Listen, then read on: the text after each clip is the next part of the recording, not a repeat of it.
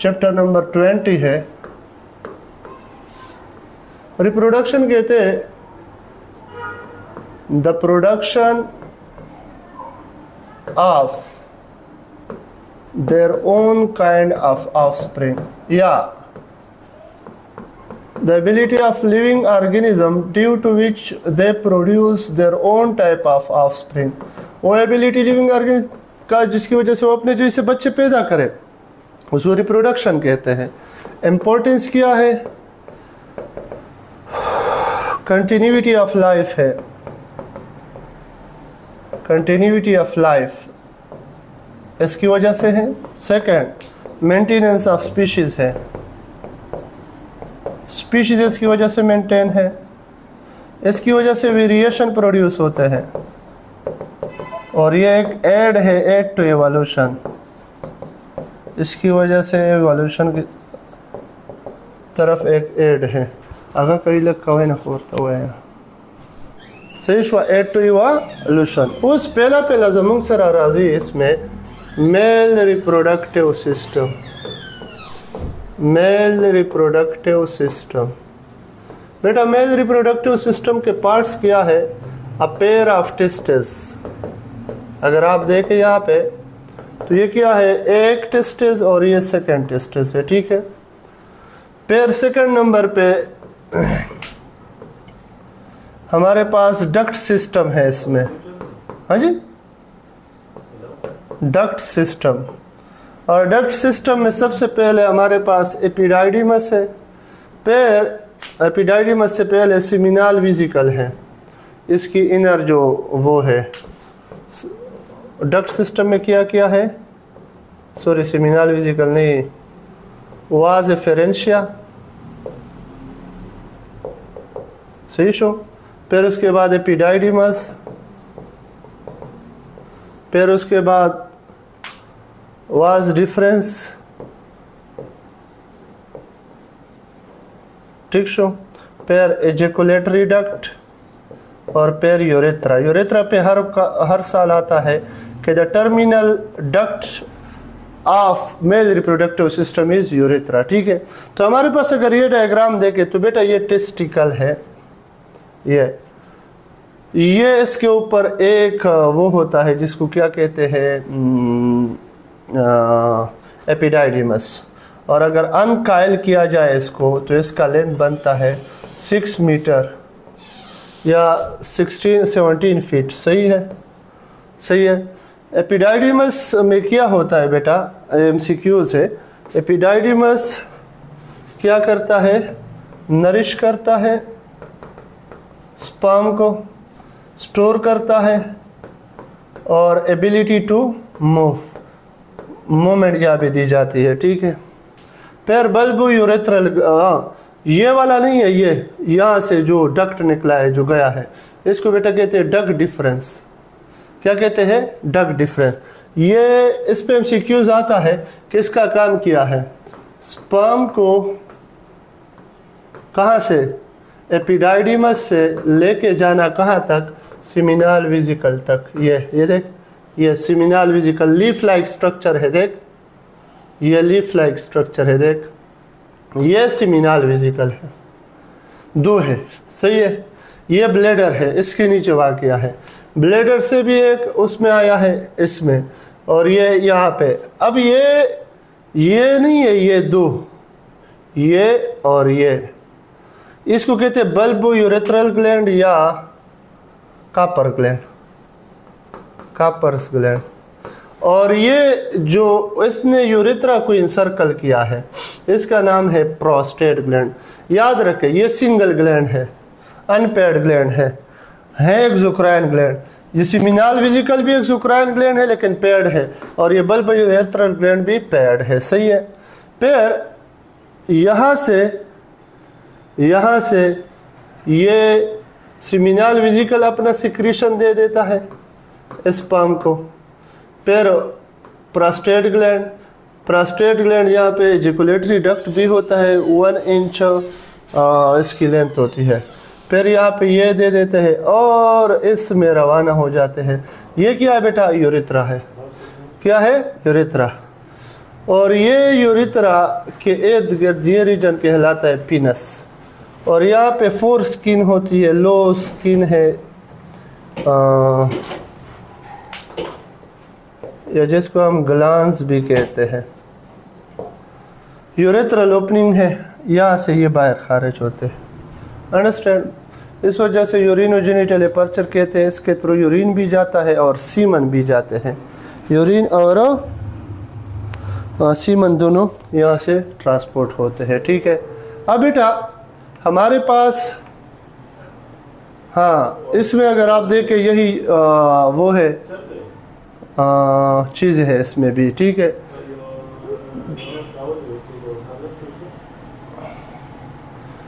तो इससे पहले कि हम उधर जाए,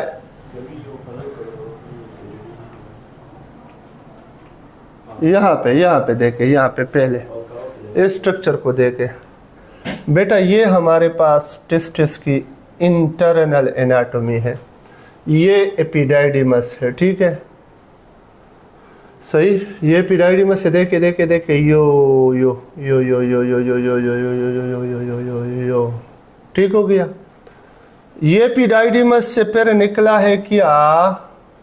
ये निकला है वाज डिफरेंट। ठीक।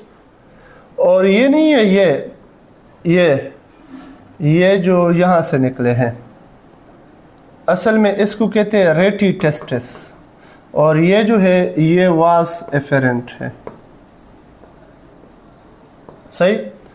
और ये रीजन नहीं है, ये इसको इस तरह स्ट्रक्चर है। ठीक है। इसको कहते हैं लोबियोल। सिंगल टेस्टिस में 250 to 300 लोबियोल है। और ईच लोबियोल, ये MCQs है, कंटेन 3 to 4 या 1 to 4 टाइटली या हाईली काइल्ड सिमिनिफेरस ट्यूब्यूल होते हैं। ठीक है। क्या होते हैं? सिमिनिफेरस ट्यूब्यूल। ये यहाँ से निकाला है, ये इस तरह ये स्ट्रक्चर है। देखें, ये यहाँ पे सिमिनिफेरस ट्यूब्यूल के अंदर क्या होते हैं? वो होते हैं स्पर्मेटोजेनेसिस होता है। ठीक है। अब यहाँ पे देखिए, ये सेरोटोली सेल है और इन सेरोटोली सेल को नाम देते हैं नर्स सेल। ये भी MCQs है। नर्स क्यों कहते हैं? ये नरिश्ड करते हैं किसको? द स्पर्म को। स्पर्म को नरिशमेंट देते हैं। ठीक है। इसके अलावा यहाँ पे एक और सेल भी है जो यहाँ पे नहीं दिया गया है, इसको कहते हैं लेडिक सेल। और ये लेडिक सेल क्या काम करता है बेटा? ये टेस्टोस्टेरोन प्रोड्यूस करते हैं, टेस्टोस्टेरोन। ठीक है। याद रखें, यहां से जब आता है तो सीमिनाल वेसिकल अपना सिक्रीशन देता है।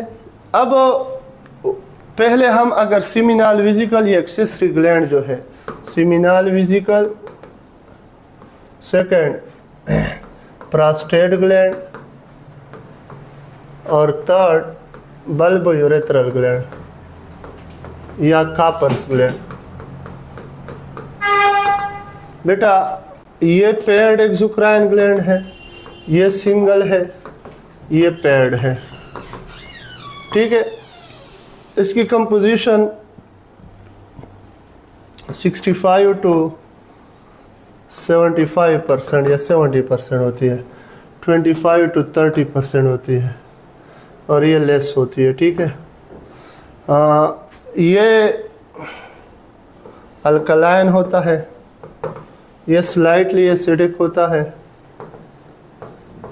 और ये थिक एंड क्लियर, ये भी अल्कलाइन होता है।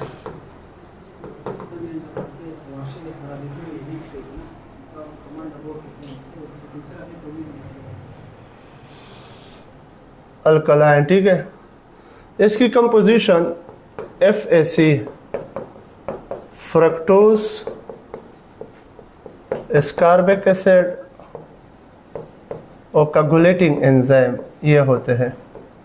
कोगुलेटिंग एंजाइम कौन सा है? क्या नाम है कोगुलेटिंग एंजाइम का राबिया? कोगुलेटिंग एंजाइम का नाम है वेसिकुलेज। और यहाँ पे CH सिट्रेटाइन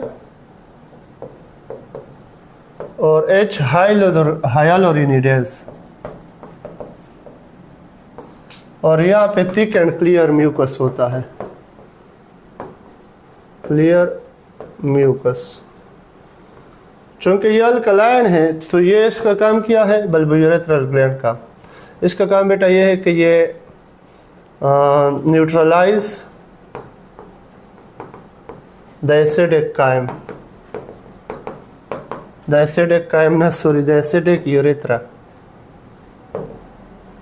और इसका काम क्या है, हाइलोरिनिडेज वॉल ऑफ ओवम को बस्ट करके स्पर्म को अंदर ले जाने की कोशिश करता है और न्यूट्रिएंट भी पहुंच जाता है, और ये increase sperm ability of fertilisation,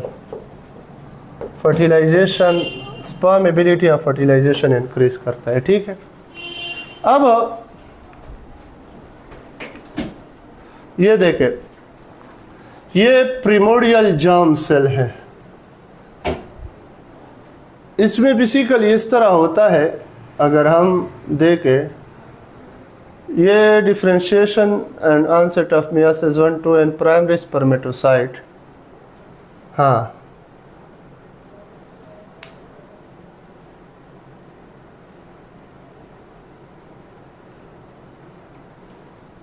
हमारे बुक में जो दिया गया है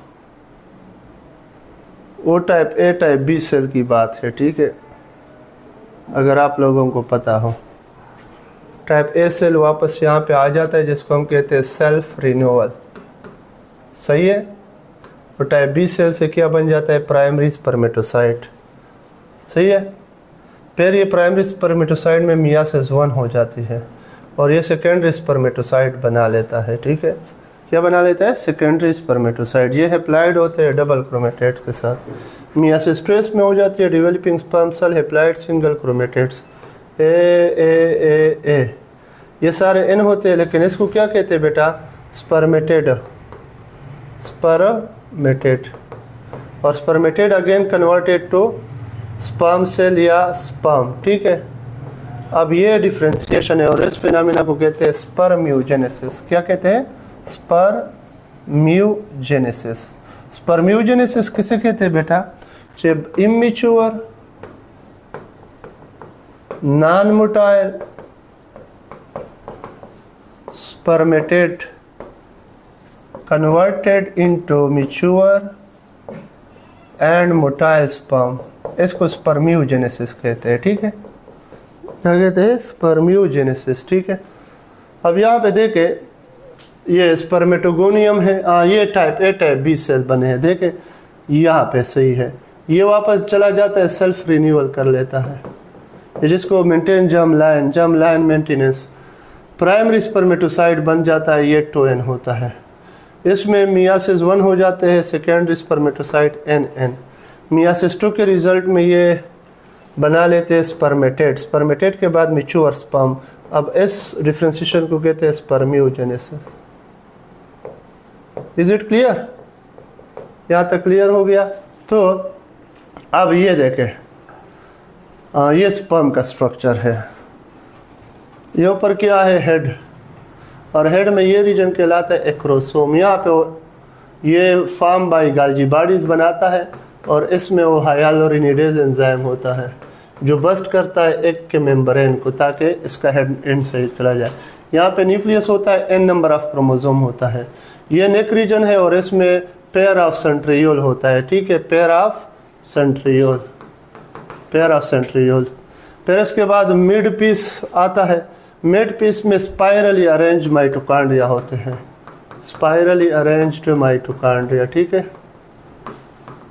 फिर इसके बाद नीचे आ जाए टर्मिनल डिस्क और ये प्लाज्मा मेम्ब्रेन, और फिर आखिर में ये टेलिया फ्लैजिला एक्सियल फिलामेंट। और ये कौन बनाता है, ये बनाता है। ठीक है, एंड पीस है। ठीक है, ये स्पर्म सेल है। ठीक, अब यहाँ पे MCQs यहाँ से कैसे आएंगे? MCQs इस तरह बेटा कुछ आ सकते हैं कि 1 प्राइमरी स्पर्मेटोसाइट कितने स्पर्म बनाएंगे, या ये आपको दिया है 50 प्राइमरी स्पर्मेटोसाइट से कितने स्पर्म बनेंगे, और 100 सेकेंडरी स्पर्मेटोसाइट से कितने स्पर्म बनेंगे। हाँ बेटा 50 प्राइमरी स्पर्मेटोसाइट, ये प्राइमरी स्पर्मेटोसाइट है, ये 50 एक से कितने बन रहे हैं 4, तो 50 मल्टीप्लाइड बाई 4 200 स्पर्म बनेंगे।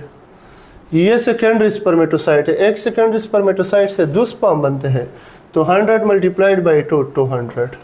क्यों? क्योंकि 1 primary spermatocyte is equal to 2 secondary spermatocyte. ठीक है, अंडरस्टैंड। फिर इसी तरह 1 हेल्थी, अगर एक हेल्थी एडल्ट है, ये पर डे कितने स्पर्म बना सकता है? 4 मिलियन स्पर्म। ठीक, और इसी तरह MCQs आ जाए कि सिंगल एजेकुलेशन में कितने स्पर्म रिलीज होंगे, सीमन कितने होंगे? सिंगल एजेकुलेशन में सीमन 2 to 5 मिलीलीटर सीमन, और 1 मिलीलीटर सीमन में अगर पूछा जाए कि कितने स्पर्म होंगे, 20 to 150 मिलियन स्पर्म। याद रखें। और आपको पता है कि सीमन क्या है? Sperm plus secretion of accessory gland. Accessory gland और स्पर्म आपस में मिले तो ये सीमन बनाता है। एक्सेसरी ग्लैंड में सीमिनाल वेसिकल की सिक्रीशन भी है, प्रोस्टेट ग्लैंड की भी है। सीमिनाल वेसिकल की 65% है, 25 है, और ये 2 to 5 है % स्पर्म होते हैं सिंगल किसमें? सीमन में। ठीक है, अंडरस्टैंड। आज के लिए मेरे ख्याल में यही काफ़ी है। कल फीमेल रिप्रोडक्टिव सिस्टम बयान करेंगे। यहाँ तक कोई क्वेश्चन हो तो पूछ सकते हैं। शाबाश। राबिया।